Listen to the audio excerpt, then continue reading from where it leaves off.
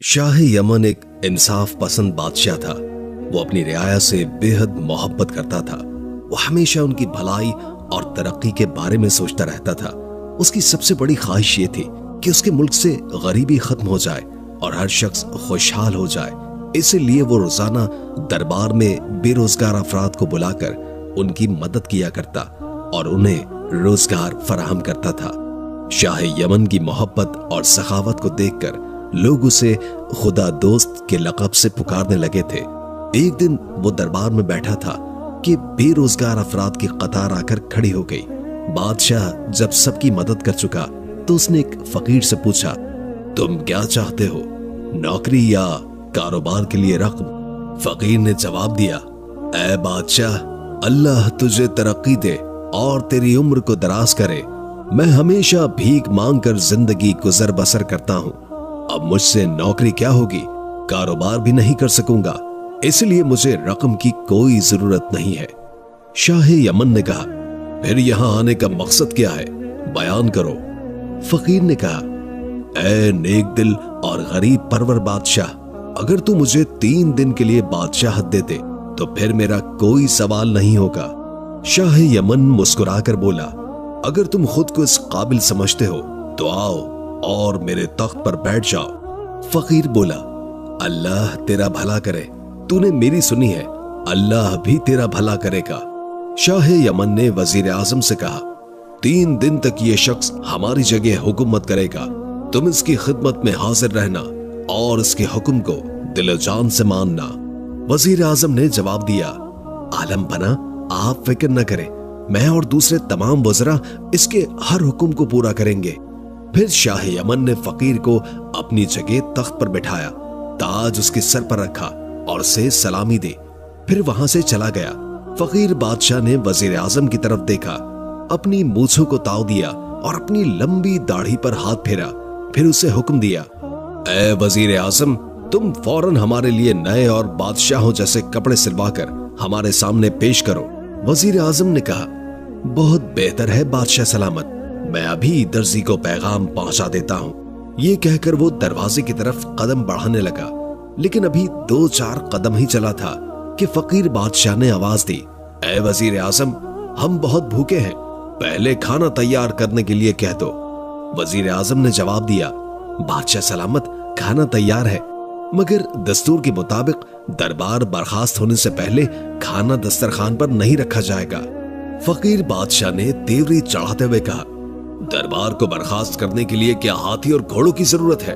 बस कह दो कि अब सब लोग अपने अपने घरों को जाएं और आराम करें। दरबारी उसकी बात सुनकर उठ खड़े हुए और आपस में कहने लगे, अजब आदमी है, ना बात करने की तहजीब है और ना ही कोई सलीका। बैठ गया बादशाह बनकर।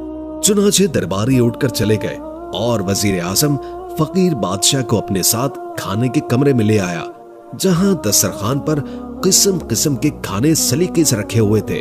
फकीर उन्हें देखकर बेचैन हो गया, फौरन अपना कंबल उतारकर एक तरफ फेंका और तेजी से बैठ गया। वजीर आजम ने कहा, हजरत, हाथ तो धो लीजिए। फकीर ने तिरछी निगाहों से देखते हुए कहा, अजब बदतमीज हो, ये भी नहीं मालूम कि बादशाह लोग कभी हाथ नहीं धोते, उनके हाथ हमेशा पाक और साफ होते हैं। वजीर आजम ने कहा, मुआफ कीजिएगा, आप बिस्मिल्लाह कीजिए। वो हर चीज को बड़ी दिक्कत से देख रहा था और हर प्लेट से एक एक लुकमा खा रहा था। वजीर दिल में सोच रहा था कि इसने कभी ऐसे खाने नहीं देखे होंगे। आज ये चीजें देखकर ये कितना बेचैन हो रहा है, चाहता है कि ये सब चीजें फौरन हजम हो जाएं। आखिरकार उसने खूब दिल लगाकर खाना खाया, लेकिन फिर भी खाना बचा हुआ था। उसने वजीर आजम से कहा, ऐ वजीर, इस खाने को कहीं छुपा कर रख दो, हम शाम को खाएंगे, लेकिन एहतियात रखना, किसी को देखने न दो। वजीर ने कहा, बादशाह सलामत, शाम की फिक्र न करें, आपको ताजा खाना मिलेगा। फकीर बादशाह ने कहा, कैसा बेवकूफ है, अगर शाम का खाना हमें पसंद ना आया तो हम यही खा लेंगे। वजीर ने कहा, आप इस वक्त फकीर नहीं, बादशाह हैं, आपके लिए लजीज खाने ही तैयार किए जाएंगे, लिहाजा इस खाने की फिक्र न करें। फकीर बादशाह ने अपनी कमीज से हाथ लगाकर एक जोरदार डकार ली और कहा, चल ठीक है, अब इसे उठवा लो।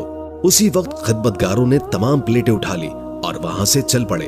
फकीर बादशाह ने एक और डकार ली और फिर कहा, अबे शाही टुकड़े की प्लेट इधर ला दो। खिदमतगार ने प्लेट सामने रख दी और वो जल्दी से खा गया। यूं 3 दिन तक उसने हुकूमत करने के बजाय ऐशो आराम की जिंदगी गुजारी। सारा दिन खाता और नरम बिस्तर पर लेटा रहता, गाना सुनता और नाच देखता। थोड़ी देर के बाद कपड़े बदलता और खिदमतगारों को गालियां देता। वजीर और बाकी सभी परेशान हो गए। अल्लाह का शुक्र है, चौथे दिन इस बदतमीज से निजात मिल जाएगी। शाह ने दरबार में आकर फकीर बादशाह से कहा, अब आप तख्तो ताज छोड़ दीजिए, क्योंकि 3 दिन मुकम्मल हो चुके हैं। फकीर बादशाह ने मुस्कुराकर कहा, हमने 3 दिन की बादशाहत में ये जान लिया है कि जो हुकूमत में है वो फकीरी में नहीं। अब तक तुमने ऐश की है, अब हम ऐश करेंगे। इसके बाद फकीर बादशाह ने हुक्म दिया कि शाही लिबास उतारकर खद्दर के कपड़े पहन लो और अपनी बीवी बच्चों का हाथ पकड़कर हमारे महल से निकल जाओ, और अगर तुमने गर्दन मोड़ी तो मैं तुम्हारी आंखें निकालकर चीलों को खिला दूंगा। वजीर और दरबारी शाही यमन की तरफ देख रहे थे कि वो क्या हुक्म देता है। जल्लाद तलवार के साथ खड़ा था, लेकिन शाही यमन ने फकीर बादशाह को जवाब दिया, हुकूमत तुम्हें मुबारक हो, मैं अपने बीवी बच्चों के साथ महल से निकल जाऊंगा। फकीर बादशाह ने कहा, महल से नहीं, शहर से भी निकल जाओ। वजीर ने कहा, जहां पना ऐसा ना कीजिए, मुल्क तबाह हो जाएगा। शाह यमन ने कहा, अल्लाह को यही मंजूर है, अब मुझे हुकूमत नहीं चाहिए। तुम सब लोग नेक नियति के साथ अपने फराइज अदा करो, मुश्किल आसान हो जाएगी। ये कहकर वो महल से निकल गया और अपनी बीवी और बच्चों से कहा कि वो अपने शाही कपड़े उतारकर खद्दर के कपड़े पहन ले, क्योंकि अब वो बादशाह नहीं है, अब हमें कहीं और जाकर रहना होगा। बच्चे खामोश थे, बीवी हैरान थी, लेकिन उन्होंने एक लफ्ज भी न कहा और कपड़े बदलकर उसके साथ हो गए। शाह यमन के 2 बच्चे थे, नसीब और शमीम। नसीब 2 साल का था और शमीम 7 साल का था। दोनों बच्चे हाथ पकड़े हुए थे और मलका आलमारा के साथ महल से निकलकर जंगल की जानिब चल पड़े। बच्चे चलते चलते थक जाते तो उनको कांधों पर बैठा लेता, आलमारा थक जाती तो दरख्त के नीचे आराम करती। यूं चलते चलते वो 1 हफ्ते के बाद एक छोटे से शहर में पहुंचे। आलमारा ने कहा, हमें इस शहर में ठहरना चाहिए, किसी सराय में कमरा किराए पर ले ले ताकि छुपने के लिए जगह मिले, उसके बाद आप मेहनत करके कुछ पैसे कमाइए। शाह यमन को यह तजवीज बेहद पसंद आई।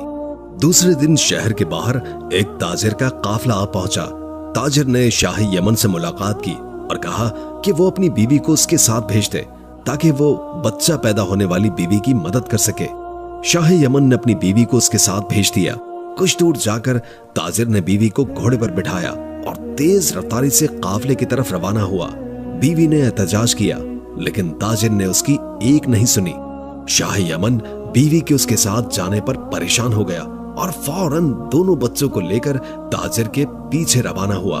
वो ताजिर के काफिले तक पहुंचा और एक राहगीर से पूछा तो उसने बताया कि वो ताजिर बहुत दूर जा चुका है। शाह यमन तेज कदमों से उसका पीछा करता रहा। दूसरी जानिब हुकूमत का सारा काम वजीर संभाल रहे थे, ताहम वो खामोश रहता था क्योंकि वो हुकूमत से जुड़ा हुआ था और अगर उसे अलग कर दिया गया तो उसे कुछ नहीं बचता। फकीर हमेशा से भीख मांगकर गुजर बसर करता आया था और दूसरों का झूठा खाकर जिंदगी गुजार चुका था। अब जबकि महल में लजीज और नफीस खाने मिलने लगे थे, उसका मिजाज बदल चुका था और वो हर शख्स को हकीर और जलील समझने लगा। शाह यमन गरीबों और बेरोजगारों की मदद करता था, लेकिन फकीर बादशाह ने कभी किसी की कोई भी मदद नहीं की और अगर कोई जरूरतमंद दरबार में आता और कुछ सवाल करता तो उसे बुरा भला कहकर भगा दिया जाता। रियाया दिन रात शाह यमन के लिए दुआ करती कि वो सेहतमंद रहे और जल्द आकर वापस हुकूमत संभाले। दूसरे ममालिक के बादशाहों को यकीन था कि शाह यमन एक फकीर को हुकूमत देकर हमेशा के लिए नहीं बैठ सकता, वो जल्द वापस आकर उसको तख्त से हटा देगा। इस यकीन की वजह से किसी ने यमन पर हमला करने का इरादा नहीं किया, क्योंकि उनका ख्याल था कि फकीर बादशाह पर फतह पाना उनके लिए कोई भी मुश्किल नहीं होगा। इस सूरत हाल में जब वजीर, दरबारी और शाही मुलाजमीन के साथ साथ रियाया भी उसके खिलाफ थे, फकीर बादशाह अपनी आसाइशों में मसरूफ था और इन बातों से बिल्कुल बेखबर था। एक दिन शाह यमन चलते चलते एक शहर में पहुंचा जहां हजारों लोग जमा थे। शाह यमन ने उनमें से एक शख्स से पूछा कि आप सब यहाँ क्यों जमा हैं? उसने जवाब दिया कि 2 दिन पहले हमारे बादशाह का इंतकाल हो गया था और रिवायत के मुताबिक आज वो तमाम लोग जमा हैं जो बादशाह बनने की ख्वाहिश रखते हैं। एक बास को आजाद किया गया है और बास जिसके भी सर पर बैठेगा वो बादशाह बन जाएगा। शाह यमन ने पूछा, क्या मरहूम बादशाह की कोई औलाद नहीं है? उस शख्स ने जवाब दिया कि औलाद तो है, लेकिन हमारे मुल्क में बादशाहत किसी खास खानदान के हिस्से में नहीं आती।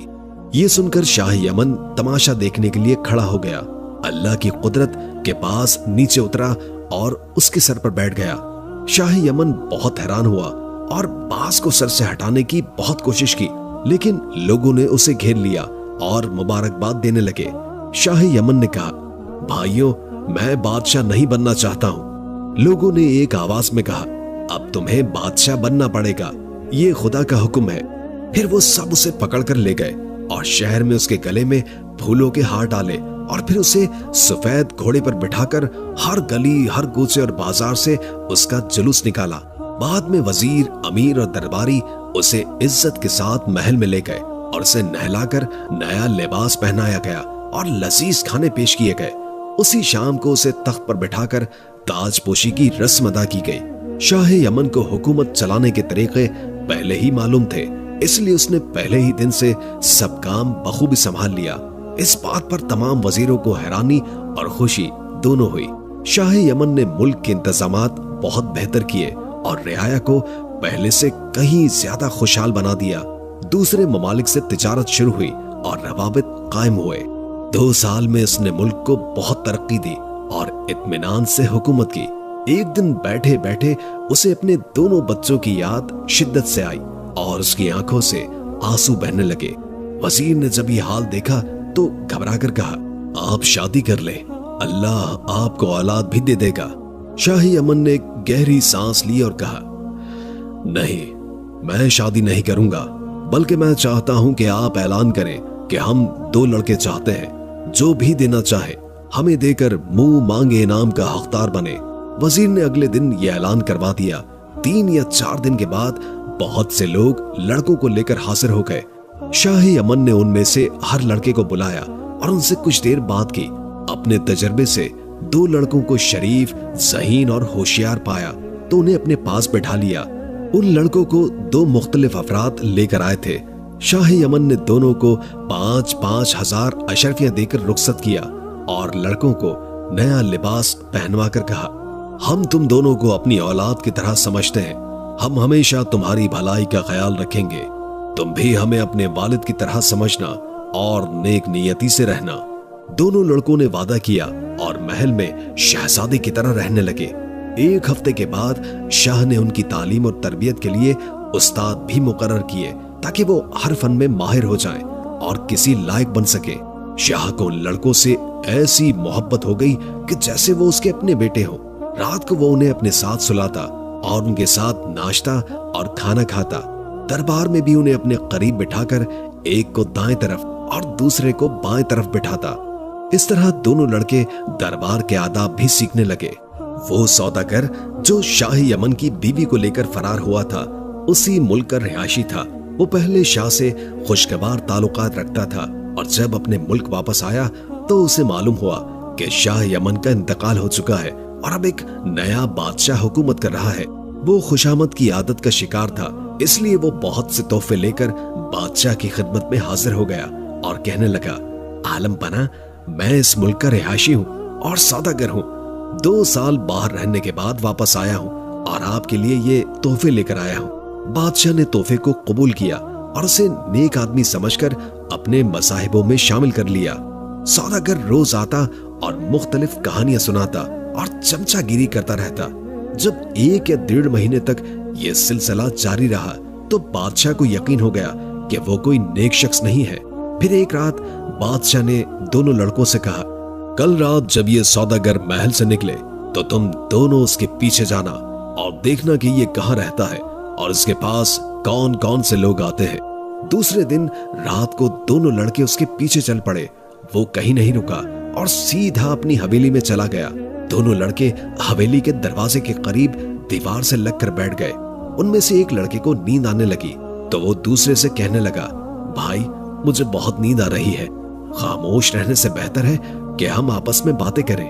दूसरा लड़का बोला, अच्छा तो ये बताओ कि तुम्हारे बाप ने तुम्हें 5000 अशरफियों में क्यों बेच दिया? क्या वो तुमसे मोहब्बत नहीं करता था? पहले लड़के ने जवाब दिया, वो मेरा बाप नहीं था, वो तो एक मछेरा था। मेरा बाप तो यमन का बादशाह था। एक रोज वो मुझे और मेरे भाई नसीम को दरिया के किनारे ले गया। नसीम को छोड़कर मुझे कांधे पर बिठाया और दरिया में उतर गया। जब हम दरिया के बीच पहुंचे तो नसीम की चीख सुनाई दी। भेड़िया उसे उठाकर ले जा रहा था। मेरा बाप भी घबरा गया और मैं चीखने चिल्लाने लगा। बस इसी घबराहट में मेरे हाथ छूट गए और मैं दरिया में गिर पड़ा। मुझे कुछ भी होश नहीं रहा, लेकिन जब आंखें खुली मैं मछेरों की झोपड़ी में एक चटाई पर लेटा हुआ हूँ। मछेरों ने मेरी परवरिश की और जब बादशाह का ऐलान सुना तो मुझे लेकर 5000 अशरफियों में बेच दिया। दूसरे लड़के ने कहा, तुम्हारे भाई का नाम नसीम था? उसे तो मैं जानता हूँ। वो भेड़िया नसीब को पीठ पर डालकर ले जा रहा था कि एक शिकारी ने उसे देख लिया और अपने घोड़े को दौड़ाते हुए उसके पीछे चल पड़ा। कुछ ही देर के बाद वो शिकारी भेड़िए के करीब पहुंचा और उसे तीर से मार डाला। फिर उसने नसीब को घोड़े पर बिठाया और अपने घर ले गया। शमीम कहने लगा, क्या तुम मुझे उसके पास ले चलोगे? शिकारी ने जवाब दिया, अब ये मुमकिन नहीं, क्योंकि उसने नसीब को बादशाह के हाथ 5000 अशरफियों में फरोख्त कर दिया था। शमीम भाईजान कहते हुए उससे चिमट गया और दोनों की आंखों से आंसू बहने लगे। उसी दौरान करीब की खिड़की से आवाज आई, मेरे बच्चों, तुम्हारी गमगीन माँ यहाँ कैद है। दोनों ने एक दूसरे की तरफ देखा और कहा, यह आवाज हमारी माँ की है, वो इस सौदागर की कैद में है। फिर वो दोनों दौड़ते हुए महल में गए और बादशाह के कदमों में गिरकर रोने लगे। बादशाह घबराकर जाग उठा और उन्हें अपने करीब बिठाकर मोहब्बत के साथ पूछा, मेरे प्यारे बच्चों, तुम अभी से क्यों वापस आ गए हो और तुम्हारी आंखों में ये आंसू कैसे हैं? दोनों ने जवाब दिया, उस सौदागर ने हमारी माँ को अपनी हवेली में कैद करके रखा है, बराए करम उसे रिहा करवा दीजिए। बादशाह ने सवाल किया, क्या तुम दोनों की माँ एक ही है? शमीम ने कहा, जी हाँ, ये मेरा भाई नसीब है, हम दोनों यमन के शहजादे हैं। उसके बाद उन्होंने बादशाह को सारी बात बता दी, जिस पर बादशाह ने उन्हें सीने से लगाकर कहा, मेरे बच्चों, मैं तुम्हारा बाप हूं, क्या तुमने मुझे नहीं पहचाना? दोनों लड़के अपने बाप से मिलकर बेहद खुश हुए और कहा, अब्बा जान, हमारी माँ को फौरन आजाद करवाइए। बादशाह ने कहा, हम समझ गए हैं, ये वही सौदागर है जिसने हमें धोखा देकर तुम्हारी माँ को अगवा कर लिया था। खैर, फिक्र न करो, कल हम उस सौदागर से बात करेंगे। दूसरे दिन सौदागर बादशाह के पास आया तो बादशाह ने कहा, आज हमारा इरादा है कि हम तुम्हारे मकान पर जाएं, लेकिन तुम खुद ही आ गए हो। सौदागर ने जवाब दिया, आलम पना, मेरा मकान आपके कदमों के लायक नहीं है, मगर चूंकि आपकी ख्वाहिश है इसलिए मैं आपको दावत देता हूं कि कल आप तशरीफ लाएं। बादशाह ने यह दावत कबूल कर ली और दूसरे ही दिन अपने दोनों बेटों और वजीर को हमरा लेकर सौदागर के महल में पहुंच गया। सौदागर ने उन सब की पजीराई की। उसके बाद उसने नाचने वाली हसीन लड़कियों को बुलवाकर उनका नाच दिखाया। नाच को देखकर बादशाह ने कहा, तुम्हारा महल बहुत खूबसूरत है, हम इसकी सैर करना चाहते हैं ताकि हमें ये मालूम हो कि महल और हवेली में क्या फर्क है। सौदागर ने कहा, बहुत अच्छा, तशरीफ लाइए। और वो सबको महल के हर कमरे में ले गया। सिर्फ एक कमरा बाकी रह गया था जिसे वो बाग की तरफ ले जा रहा था। बादशाह ने पूछा, उस कमरे को क्यों छोड़ दिया? सौदागर ने जवाब दिया, उस कमरे में कुछ खास नहीं है, अगर आप देखना चाहते हैं तो चलिए। फिर वो सबको लेकर उस कमरे में गया जहां एक बुत खड़ा था और उस पर पर्दा पड़ा था।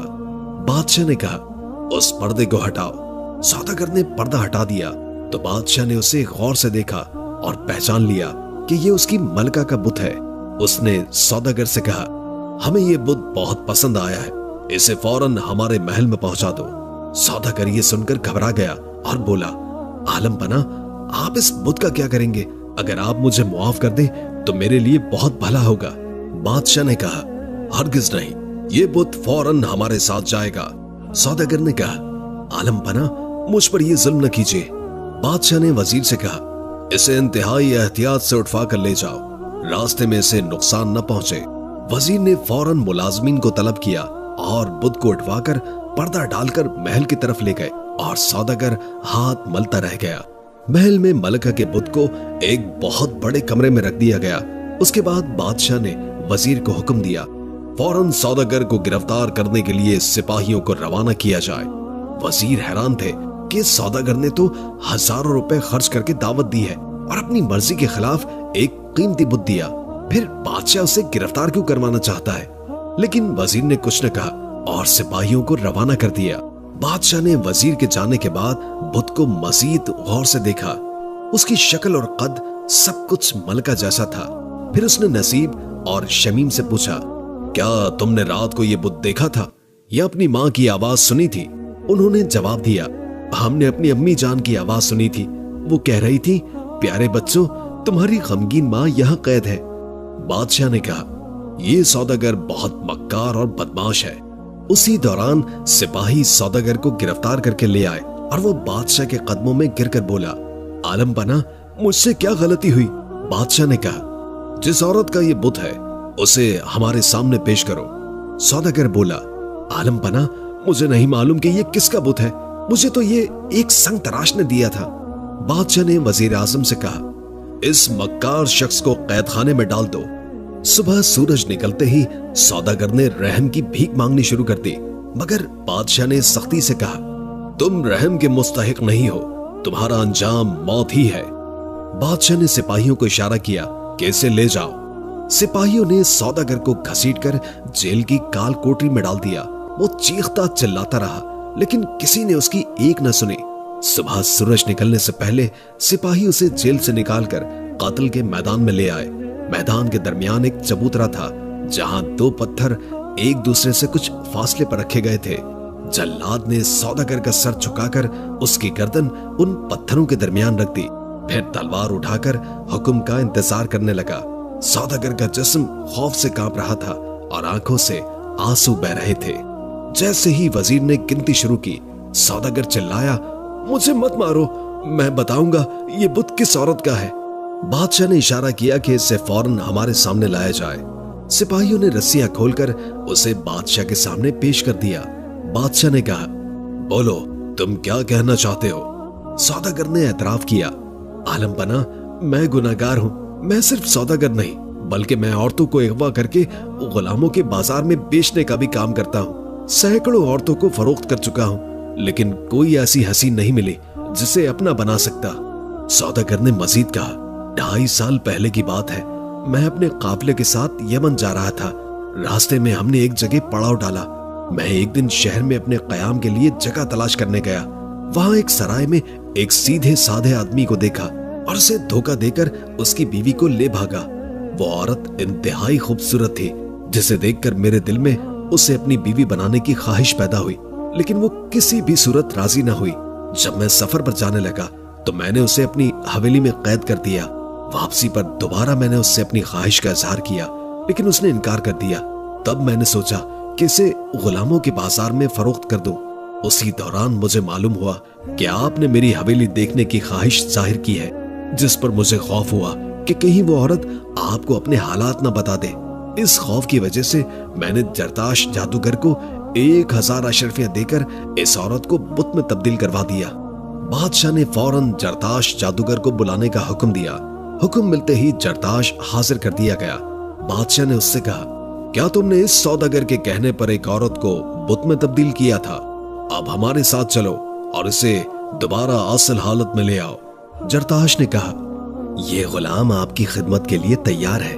बादशाह, वजीर, सौदागर और सिपाही जरताश के साथ रवाना हुए और हवेली में दाखिल हो गए। जरताश ने बुत के गले में बंधा धागा काटा और उसे आग में जलाया और कुछ मंत्र पढ़कर 3 बार बुत पर फूंका। उसके बाद वो औरत फौरन अपनी असल हालत में वापस आ गई। बादशाह को देखकर वो मुस्कुराई और बादशाह ने भी मुस्कुराते हुए शमीम और नसीम को आगे बढ़ने का इशारा दिया, जो फौरन उस औरत से लिपट गए। बादशाह ने हुक्म दिया, सौदागर और जरताश जादूगर को हमेशा के लिए मुल्क से निकाल दिया जाए। ऐसे खतरनाक लोगों का यहाँ रहना मुनासिब नहीं। यूं दोनों को मुल्क बदर कर दिया गया और बादशाह अपनी बिछड़ी हुई खुशियों के साथ दोबारा मुत्तहिद हो गया। ये कहानी एक बादशाह और उसकी जिंदगी के हालात के गिर्द घूमती है। اچھی لگی ہوگی۔ اگر آپ کو ہماری ویڈیو اچھی لگی ہے تو ویڈیو کو لائک کریں اور مزید اس طرح کی ویڈیوز دیکھنے کے لیے ہمارا چینل سبسکرائب کر لیں۔ ملتے ہیں نیکسٹ ویڈیو میں، اجازت دیجیے، اللہ حافظ۔